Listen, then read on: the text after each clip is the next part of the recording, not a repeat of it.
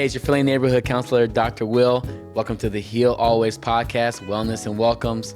I am so excited that you've made it this far, which means that you are interested in learning about your life and you want to make healing a lifestyle.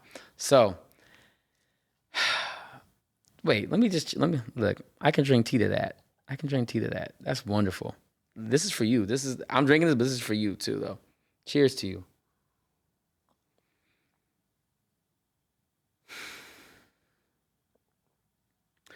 I've been asked about what type of tea this is. I love Moroccan mint. It's a very cleansing tea for me. So if you ever have a conversation, I prefer Moroccan mint. So now you know. I am excited to talk to you today about my specialty. So I am a health psychologist, and after doing the healing modalities, right? After doing all that work and getting it all done, and I want to get into the nitty-gritty of things just a little bit, right? Because this is going to help you understand why reset is so important.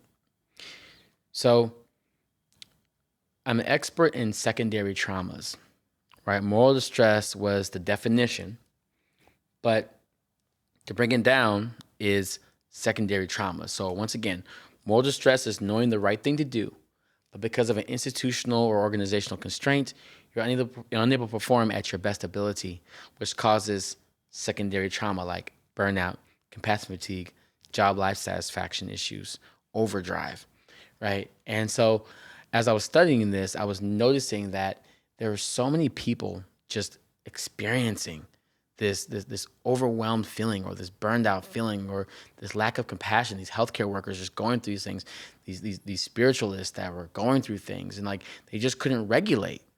And it wasn't because they didn't want to, it's because they didn't know if they could, right?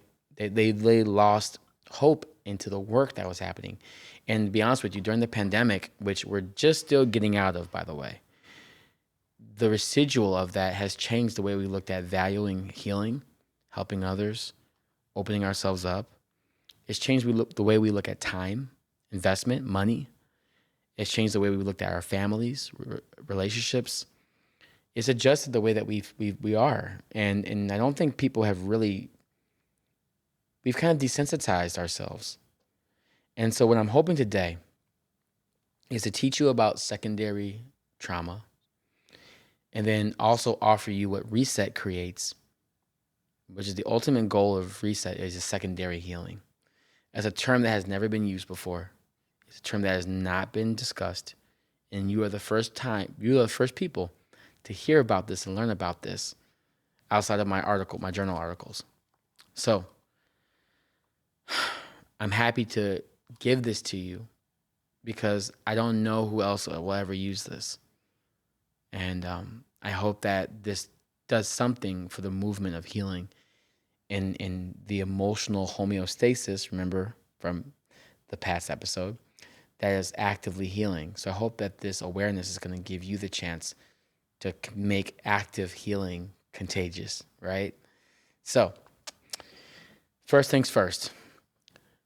Rest in peace, Uncle Phil. Sorry, I had to say it. I had to do it. And so secondary trauma is known as this burnout, compassion fatigue, job life satisfaction. So we're going to get into that. Let's do it.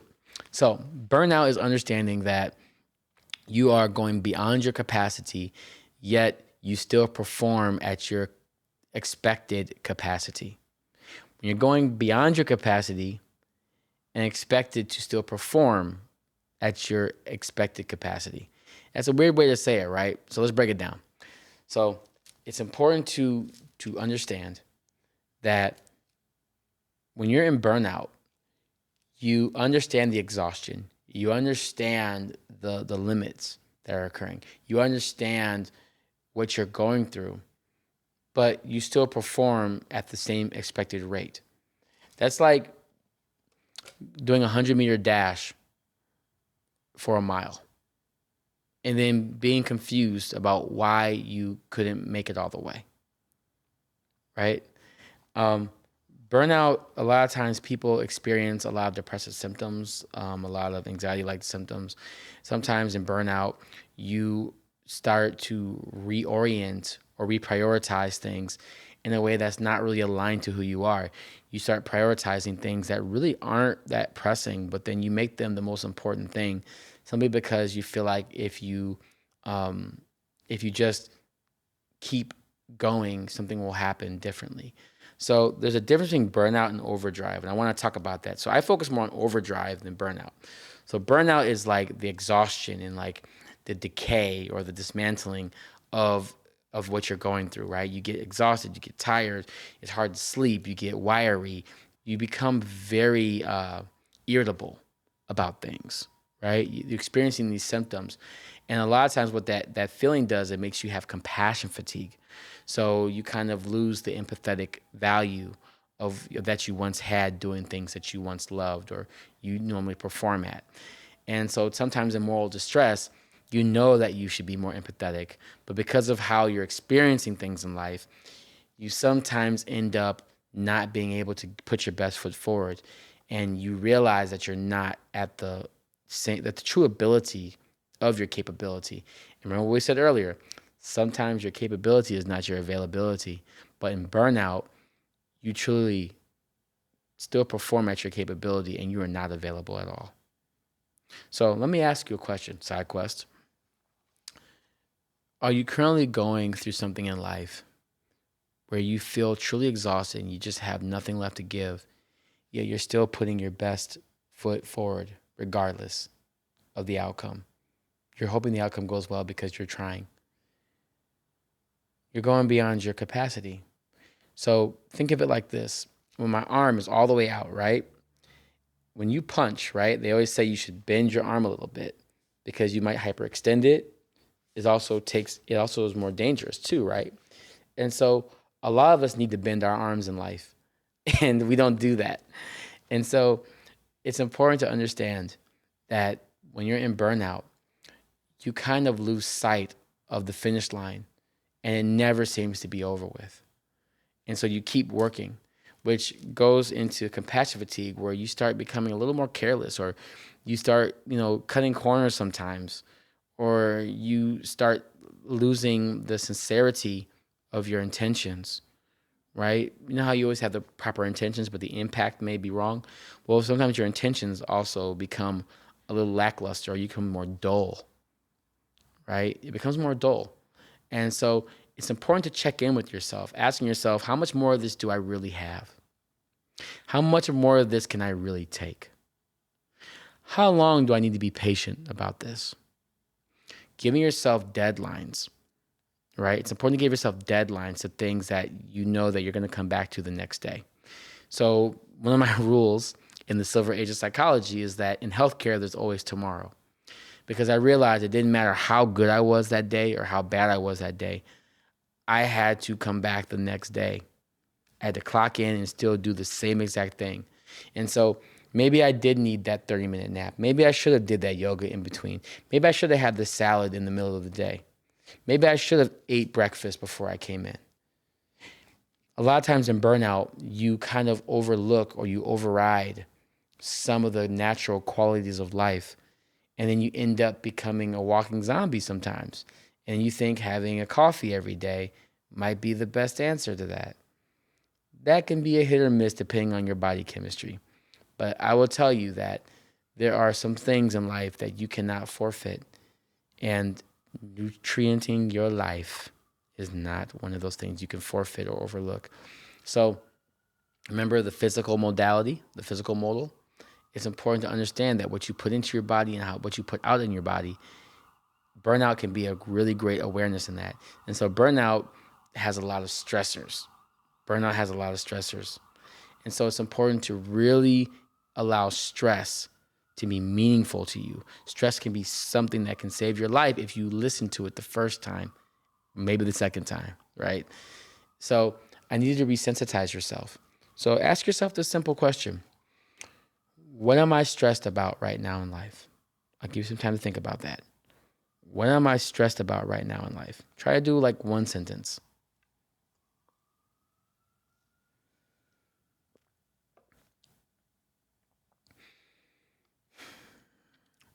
Next question. What are you doing about it? So, what am I doing about it?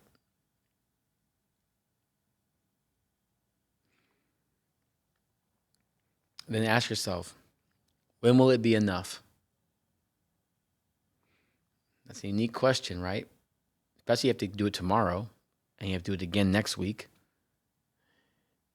So, I'm going to give you a little insider just because I'm really excited right now and this Moroccan mint is really going through me. You have to understand the pace of your peace. Write that down on your purpose paper. I'll write it down with you. I got you. What is the pace of your peace?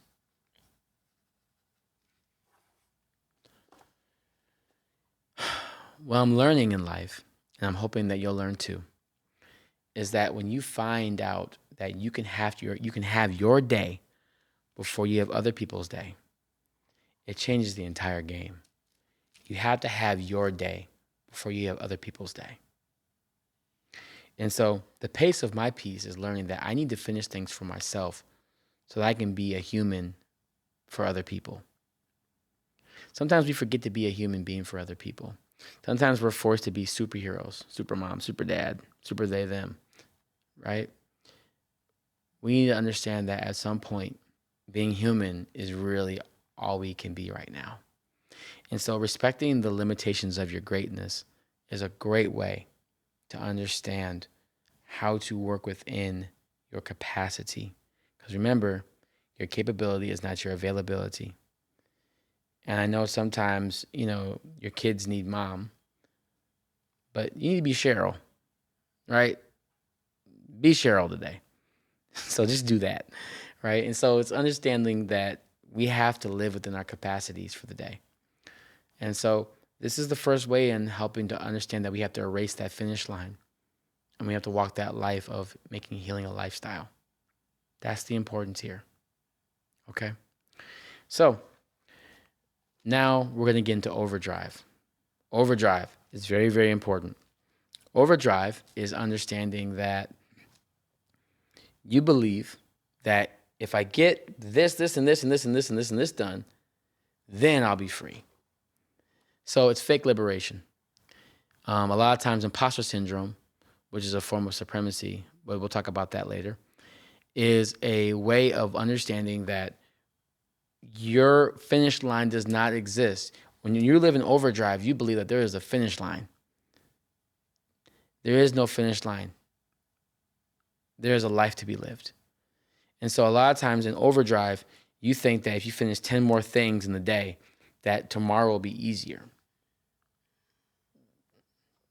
Tomorrow hasn't decided if it's going to be easier for you yet. It didn't decide that yet, and it didn't tell you, and it won't tell you. So you have to understand that the day that you have is the day that you are living. The day that you have is the day that you are living. And so be well in that. I hope that the understanding of overdrive, and understanding that in overdrive, your capacity doesn't even matter anymore. It's your performance. And so are you performing at life, or are you trying to live in that?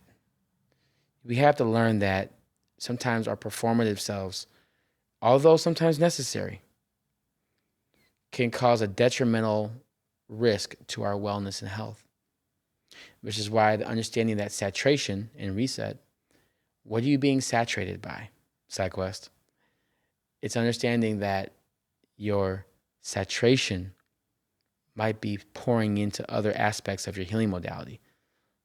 It might be spilling into those other healing modalities. And so it's understanding that your overdrive, there is no finish line to this. And so sometimes, especially in our trauma responses, our triggers, we believe that if we act out or we act up or we crash out and you become a crash out cutie or whatever it is, right?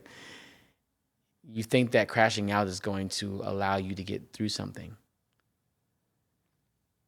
There's a surrendering that needs to happen. There's a performative ability that's plaguing your ability to be authentic to your heart. We gotta slow down. So I have a question to ask you. When's the last time you slowed down and felt like this is enough without going on a vacation? If you can think about that, great. My next question for you, if you can think about that, ask yourself about how valuable did you feel? For those of you that may not have an answer for that, when are you going to give yourself a deadline? Right? Back to burnout. If you don't give your rest a deadline or a date, then your wellness cannot be present. You have to put free time as an obligation. Your free time is an obligation. And when you have nothing to do, that's everything you need to be. So for me personally, I tell people, yeah, I'm here to be a nobody today. Yeah, I'm just going somewhere to be a nobody today. That's my phrase. Right? That's my DFWM. Right? So that's my way of saying, hey, I'm just being a nobody today. I just want to be a nobody. So I hope that you see that. Okay? And so as we learn this process, right? So that's secondary trauma, right? We broke down burnout, compassion fatigue, overdrive, right? And it changes the way that we look at our job life satisfaction. A lot of times our job life satisfaction is very imbalanced. And so being able to navigate this and understanding our capacities and our availability helps really bring a more harmonious affect. And one of the most special things is my term, secondary healing. So secondary healing is so special. So let me get into this real quick. Wait, let me get this real quick. Make sure you breathe with me. Did you breathe yet? Did you breathe it out?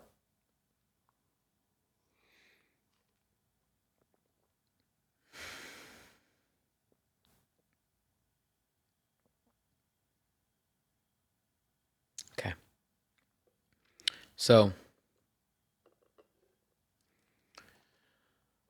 secondary healing is understanding that if I can see your healing, I can see the healing capacity within me.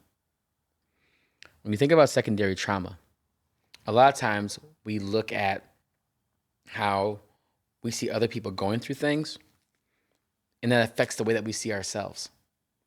So it's important to see that in secondary healing, if I watch what you're going through, that's going to internalize in me.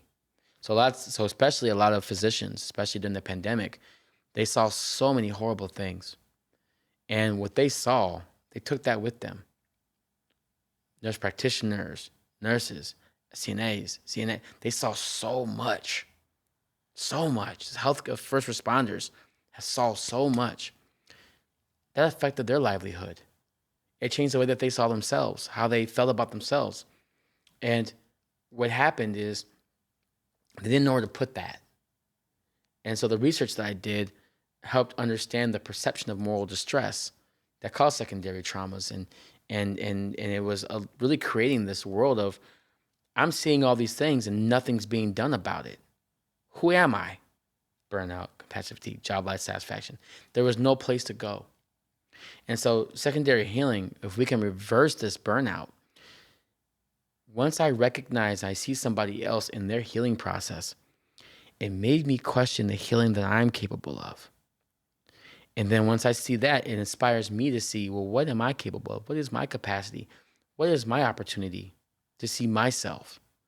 That's such an important opportunity. And a lot of times I tell a lot of my clients, I don't need you to change. I need you to adjust. Hey, I don't need you to adjust. I need you to recognize. Hey, I need you to recognize. I need you to slow down. Hey, I need you to slow down. I need you to accept that you're here with me. It's so important to know that our presence is one of the most empowering moments of our lives. When you can sit and I can be present with you, you can be present with me, our presence creates a harmony. And so the healing that you see in me you can also see that in you because you acknowledge that about me. So that if you're watching this right now, you're capable of doing the same exact thing. And I'm so happy that you get to be here with me. You can do this. I know you can. Okay? So, if you can see the healing in me, that means that you can see the healing in you. You can do this. So, secondary healing, once again, is understanding that if I can see the possibility and the experience of healing within you, it should make me acknowledge what the healing I'm capable of doing, experiencing is. And so I want to leave you with this side quest. Find 3 people that you see their healing progress and their process, and you see it. I want you to go up to those 3 people or call them and ask them, when did you start recognizing that you were enough just for today? Hear what they say and see how you relate to all 3 of those people. Be kind to yourself and heal always.